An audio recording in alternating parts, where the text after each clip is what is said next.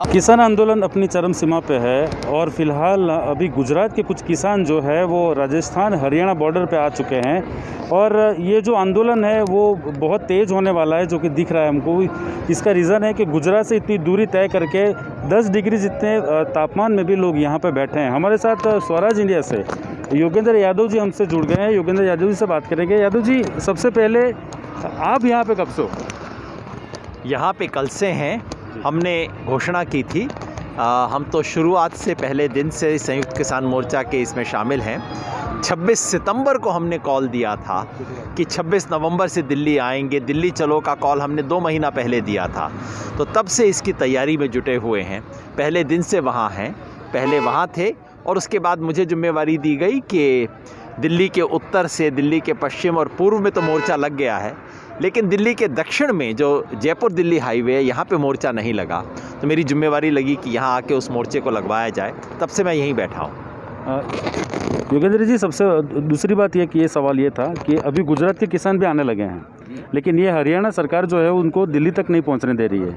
आपको क्या लगता है ये आंदोलन कहाँ तक जाएगा, कहाँ तक पहुँचेगा? ये एक ऐतिहासिक आंदोलन है। मैं समझता हूँ हम देश में याद करते हैं तो बारदोली की याद करते हैं, चंपारण की याद करते हैं, कभी कभी महेंद्र सिंह टिकैत ने जो 1988 में किया था उसे याद करते हैं। ये कुछ वैसा ही एक घड़ी है, ऐतिहासिक घड़ी है। ये केवल पंजाब और हरियाणा का आंदोलन नहीं है, ये पूरे देश के किसान का अपना अस्तित्व बचाने की लड़ाई है। और इस लड़ाई में यदि किसान जीतेगा, पूरे देश का किसान जीतेगा, उसके 20 दरवाजे खुल जाएंगे। अगर किसान बिना जीते वापस चला गया तो अगले 20 साल तक इस देश में किसान आंदोलन खड़ा नहीं हो सकेगा। इसलिए इस ऐतिहासिक लड़ाई में हर किसान को जुड़ना है।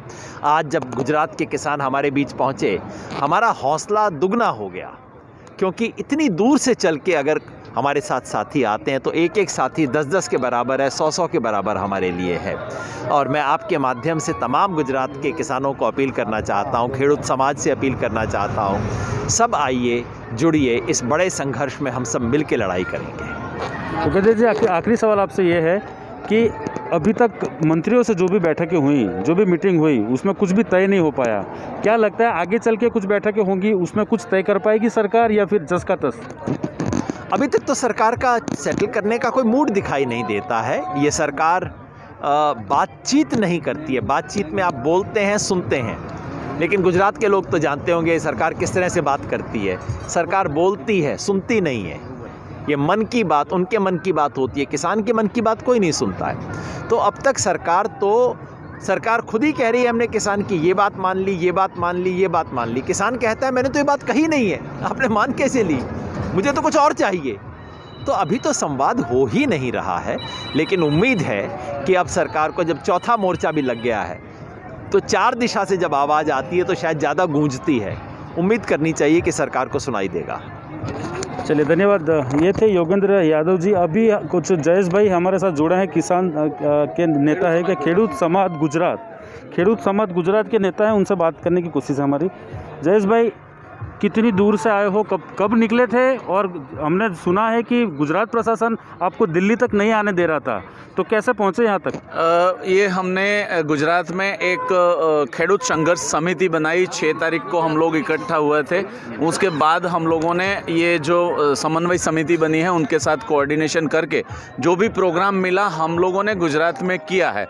ये सब हम करने लगे, इसकी वजह से हमारे ऊपर पुलिस का बहुत बड़ा दबाव बन गया और हमारे घर के अगल बगल में और अननेसेसरीली हम लोगों को डिटेंशन में भी ले लिया गया। काफ़ी लोगों को डिटेंशन में ले लिया गया।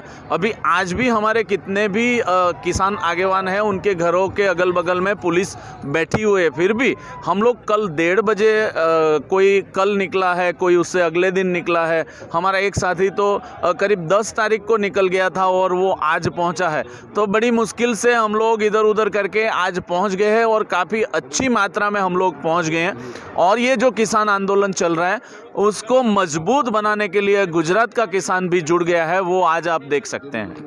जयेश भाई, दूसरा सवाल आपसे ये था कि ये आंदोलन गुजराती लोग जो कि अभी तक नहीं जुड़े थे अब आने लगे हैं, काफ़ी तादाद देख भी रहे हैं हम लोग, कहने का सवाल आपसे अब ये है कि क्या लगता है आपको, कौन सी रणनीति रहेगी आगे के दिनों में गुजरात किसानों की? विकास मॉडल का बहुत बड़ा जो नुकसान है वो गुजरात ने झेला है।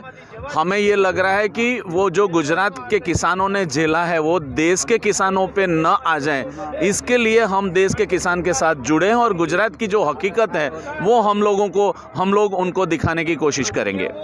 चलिए, तो कह सकते हैं कि ये आंदोलन अब सिर्फ पंजाब हरियाणा तक न रहकर हुए राष्ट्रव्यापी आंदोलन हो चुका है। गुजरात के किसान भी यहाँ पे अब आ चुके हैं। देखना ये रहेगा कि आगे की रणनीति क्या होगी, सरकार झुकेगी या फिर किसानों को इसी तरह से आंदोलन को आगे बढ़ाना रहेगा। वसीम मलिक, नवतेज टीवी, दिल्ली। देश और दुनिया की हर बड़ी खबर के लिए सब्सक्राइब करें नवतेज टीवी और पल पल के अपडेट्स के लिए बेल आइकन को दबाना ना भूलें, क्योंकि आपकी खबरों का भरोसेमंद साथी है नवतेज टीवी।